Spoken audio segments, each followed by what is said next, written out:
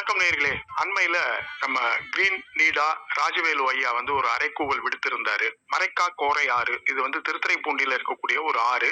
இந்த ஆறுல ஆகாய தாமரைகள் நிறைய படர்ந்திருக்கு. இந்த ஆகாய தாமரைய அகற்றக்கூடிய பணியில நம்ம மக்களை ஈடுபடுத்தணுங்க ஐயா. அதனால இது ஒரு சிறப்பா செய்யணும். ஜூன் மாதம் 6ஆம் தேதி ஆரம்பிக்க போறோம் அப்படின்னு சொன்னாரு. நம்மளும் அந்த அறிவிப்பை வெளியிட்டோம். அறிவிப்பு ஒளிபரப்பான உடனே கூட கூப்பிட்டு உங்க அறிவிப்பை கேட்டுட்டு என்ன 2-3 பேர் கூப்பிட்டுருந்தாங்க ஐயா அப்படின்னு கூட ஒரு பின்னூட்டம் கூட கொடுத்தாரு உடனே ராஜவேலு ஐயா. அந்த ஆகாய தாமரை அகற்றும் பணி மரைக்கா கோரையாறுல எப்படி நடைபெற்று வருகிறது அப்படின்றத தெரிஞ்சுக்கிறதுக்காக இப்ப ராஜவேலு ஐயாவோட பேசுவோம். ஐயா வணக்கம் ஐயா. ஐயா வணக்கம் ஐயா. எப்படி போயிட்டு இருக்குங்க? நாங்க எதிர்பார்த்ததை விட ரொம்ப நல்லாவே போயிட்டு இருக்குது. நாங்க திருவாரூர் மாவட்டத்துல குறிப்பா எல்லா ஆறுகள்லயுமே ஆகாய தாமரைங்கிறது படர்ந்து இருக்கு. பருவமழை தொடங்கும் போது பாத்தீங்கன்னா விவசாயிகளுக்கு பெரிய பிரச்சனையா இருந்துட்டு இருக்கு. இது கடந்த 2-3 ஆண்டுகளாவே தொடர்ந்து இருந்துட்டு தான் இருக்குது. மரைக்கா கோரையாறுங்கிறது அதுல ஒரு முக்கியமான ஆறு.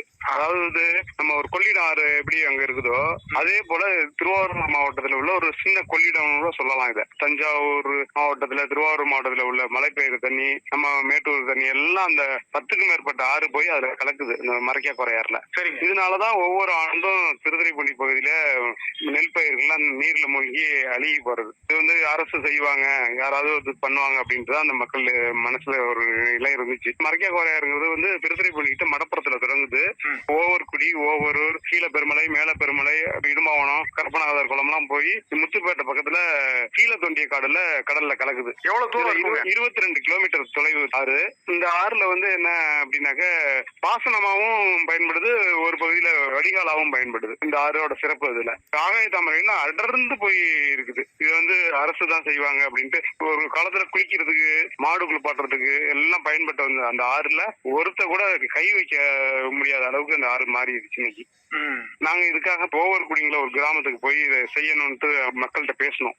பேசும்போது என்ன சொன்னாங்கன்னா, நாங்க இதை செய்ய முடியாது, நாங்க தண்ணிக்குள்ள எல்லாம் இறங்க முடியாது, அரிக்கும் அந்த தண்ணி, எங்களால எல்லாம் முடியாது அப்படின்னு சொன்னவங்க இன்னைக்கு நாங்க ஜூன் மாசம் 6ஆம் தேதி உலக சுற்றுச்சூழல் தினத்தை முன்னிட்டு அந்த பகுதியில ஒரு தொடக்க விழாவை கலெக்டர் வந்தாங்க, சட்டமன்ற உறுப்பினர் வந்தாங்க, அந்த நாடாளுமன்ற உறுப்பினர் எல்லாம் வந்தாங்க.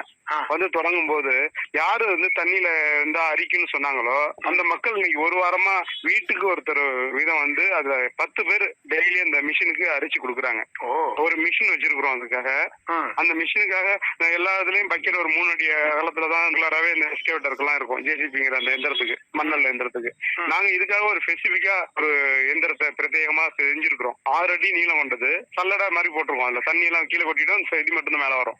அப்ப நிறைய அல்லலாம். 10 மணி நேரத்துல செய்யக்கூடிய வேலையை ஒரு 3 மணி நேரத்துல செய்யக்கூடிய மாதிரி அதை மாத்தி அமைச்சிருக்கிறோம். அந்த எந்திரத்தை வச்சுதான் இன்னைக்கு அள்ளிக்கிட்டு இருக்கோம். அதுக்கு எந்திரம் மட்டும் அள்ளிட முடியாது, ஏன்னா ஆறு ஒரு 100 அடி நீளம் உள்ள ஆறு. மக்கள் அதை திரட்டி பக்கத்துல அந்த எந்திரத்துக்கிட்ட கொடுத்தாதான் அது அள்ளும். எந்திரத்துக்கு ஒரு நாளைக்கு 10,000 ரூபாய் செலவாகுதுன்னா அந்த ஆட்களுக்கும் 10,000 ரூபாய் செலவுனா தான் அதை அள்ள முடியும். வலிமையின் ஓர் புதிய அத்தியாயம்.